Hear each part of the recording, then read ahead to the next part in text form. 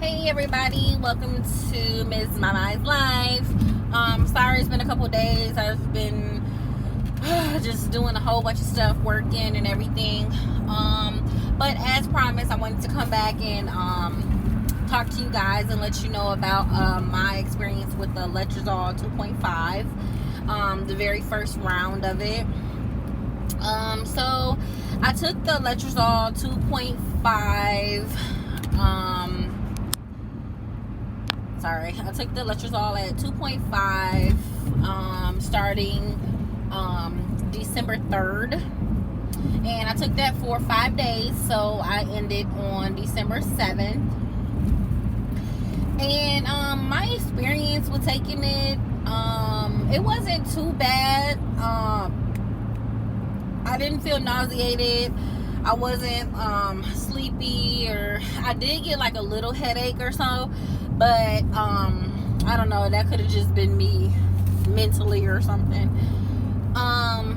So I took that for the 5 days, and then I had to go and get ultrasound on December 11th.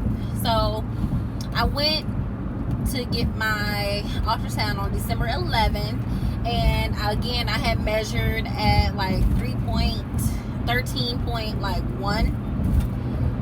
Yeah, like 13.1. And the letrozole basically is for people that have like PCOS. Is to kind of stimulate your ovaries so you can make a follicle. The follicle is what makes the egg, basically. It's a shell around the egg. So if you make a follicle, then it has an egg in it, basically. So they were basically stimulating my ovaries so I could make a follicle. So I did make one. My REI clinic, they didn't want me to like be on Clomid or anything, because Clomid basically is for like normal people, I guess. I don't know. And since I had got diagnosed with the PCOS, letrozole is more effective for people with PCOS. Sorry, I'm not looking at you guys. I'm looking at the road. But it's more effective for people with PCOS.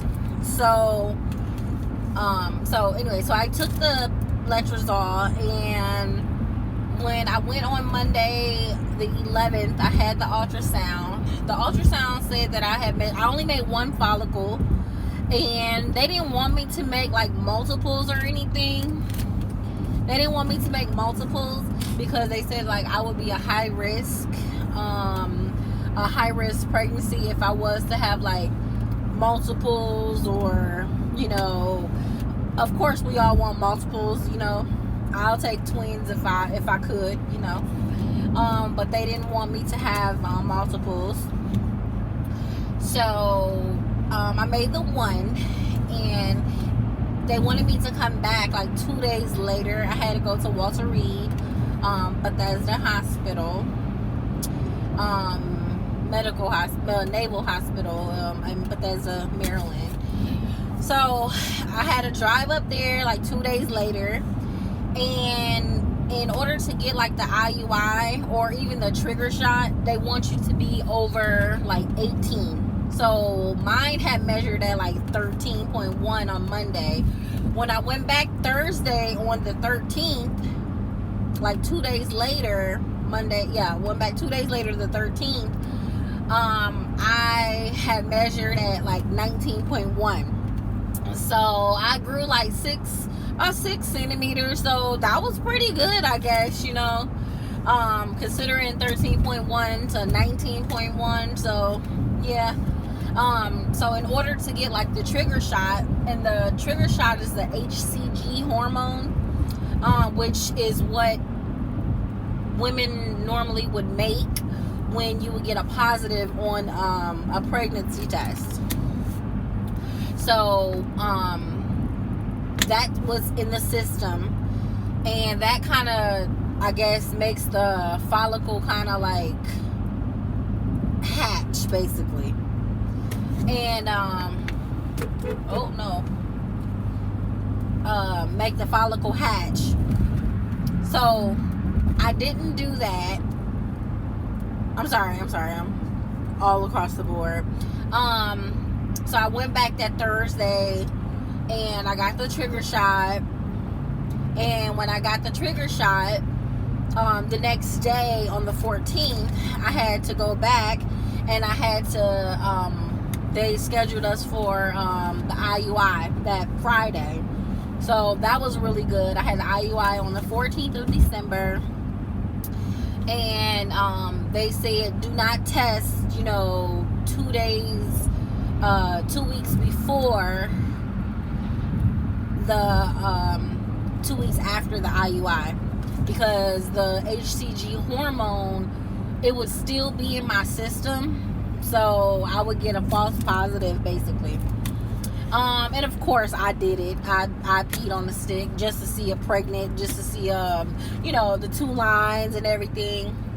So I did do that. I did pee on the stick, but I didn't get a chance to really test the hormone out of my system, which that's what I wanted to do this round. I wanted to just test until I could focus on actually doing the levels of the HCG hormone in my system.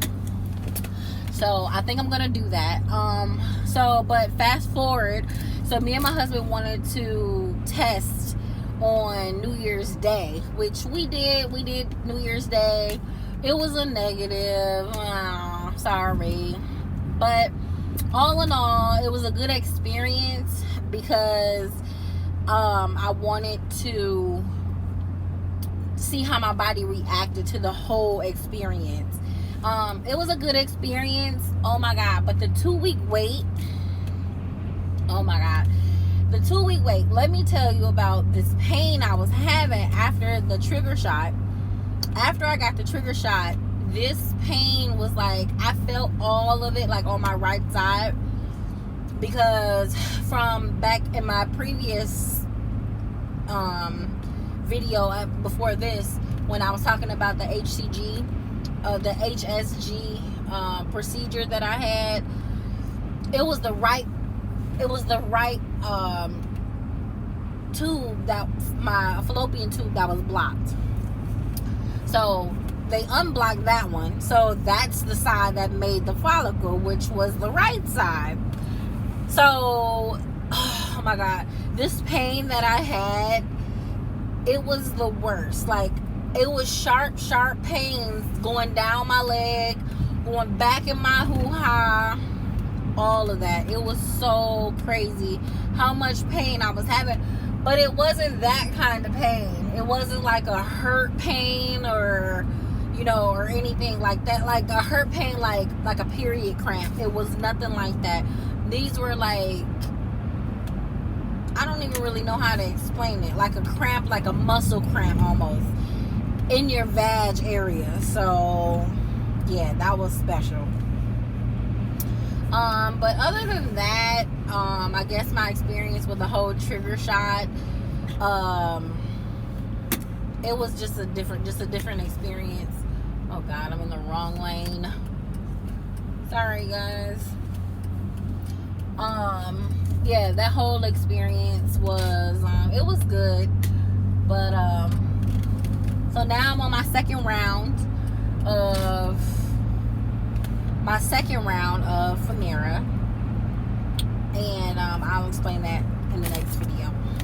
So, thanks you guys for watching. Sorry, sometimes I'm all over the place because I'm so busy just driving or doing makeup or trying to do something. But, yes, I don't know if this video is informational. I know that sometimes I get nervous because I'm not really good at like talking to cameras and talking to people. So, yeah, I guess. So, thanks again. Thanks for subscribing to Miss Mama's Life. Nothing too much going on. I'm about to go and have some food with my friends. So, see you later. Thanks for watching my video.